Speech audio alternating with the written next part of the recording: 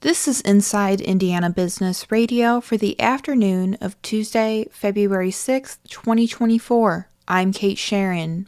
Change is not imminent at Catalent's Bloomington operation after the New Jersey-based company was acquired by Novo Holdings and subsequently Wegovy maker Novo Nordisk. The move will likely result in more stability for the Indiana operation after Catalent's rough financial year and previous layoffs. Catalent will operate as normal until the deal closes at the end of the year. Novo Nordisk will honor all contracts and customer obligations, meaning the facility will phase out certain production and start new work as those commitments meet their end date. George Telthorst, director of Indiana University's Center for the Business of Life Sciences, said Novo Nordisk will bring increased stability to the region. And the patent life of these drugs is pretty long, so I think be more stable.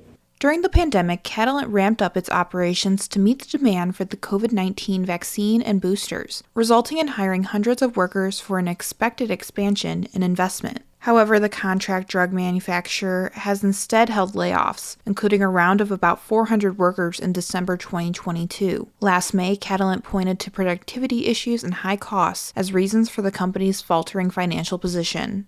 Indianapolis-based software company Flaunt announced Tuesday it has secured a $1.8 million round of funding. The startup, which launched out of venture studio High Alpha last year, said it will use the funding to further develop its brand loyalty platform. The funding round was led by High Alpha with participation from Square Deal Capital in Oklahoma, Service Provider Capital, executives at Roblox, and others. Flaunt has developed a platform designed to help e-commerce businesses build digital loyalty programs, using gamified campaigns and community management tools to retain and acquire customers. Eli Lilly and Company said Tuesday that robust sales of diabetes drug Mounjaro and weight loss drug Zepbound helped push fourth quarter profits up by 13%, beating Wall Street estimates. The Indianapolis-based drug maker posted net income of $2.19 billion for the quarter. Excluding non-recurring items, adjusted earnings per share of $2.49 beat the FactSet consensus of $2.30. Lilly said it expects revenue for full year 2024 to land between $40.4 billion and $41.6 billion.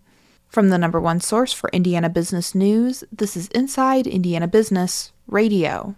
Whether it's a new hire or a noteworthy promotion, IIB's Bigwigs and New Gigs serves as a platform to promote your team. Our revamped offering includes being featured on both the newly redesigned newsletter and at InsideIndianaBusiness.com. Subscribers to the Business News subscription save $10 off every listing. Plus, you can save $100 by bundling your submission to IIB with the Indianapolis Business Journal or the Indiana Lawyer. More at InsideIndianaBusiness.com. The first half of 2024 will be busy in Evansville as the city hosts a range of sporting events totaling more than $9 million in economic impact. Brandon McClish, Executive Director of the Evansville Regional Sports Commission, said the calendar of events aligns with the Evansville Regional Economic Partnership's mission to drive economic growth and elevate quality of life.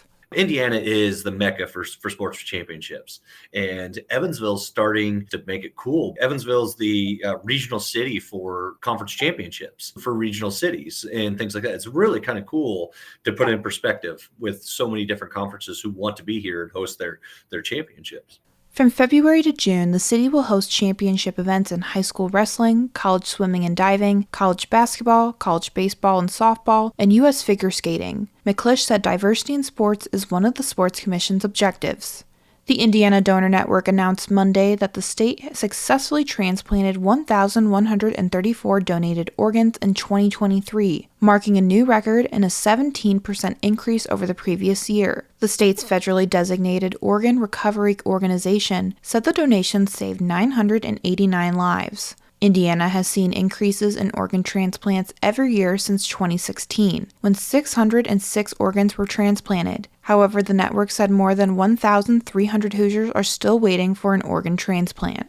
A transportation company in northern Indiana has a new leader. Horizon Transport, headquartered in the Elkhart County town of Wakarusa, announced Monday that Rob Jackson has been promoted to president after more than 2 decades with the company. Jackson most recently served as Director of Strategic Planning for Horizon and previously was Drive-Away Division Manager. The company said Jackson's focus will be on further enhancing operational efficiency, promoting a culture of safety, and nurturing Horizon's workforce.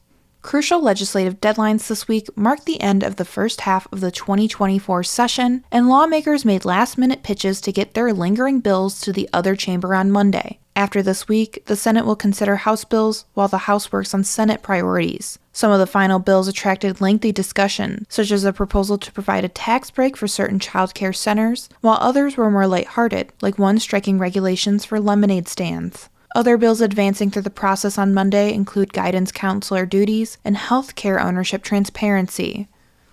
Anderson University President John Pistol is this week's guest on the Business and Beyond podcast with Gary Dick, presented by PNC, a weekly conversation with high-profile Hoosiers in business, sports, entertainment, and beyond. Available now from your favorite podcast provider.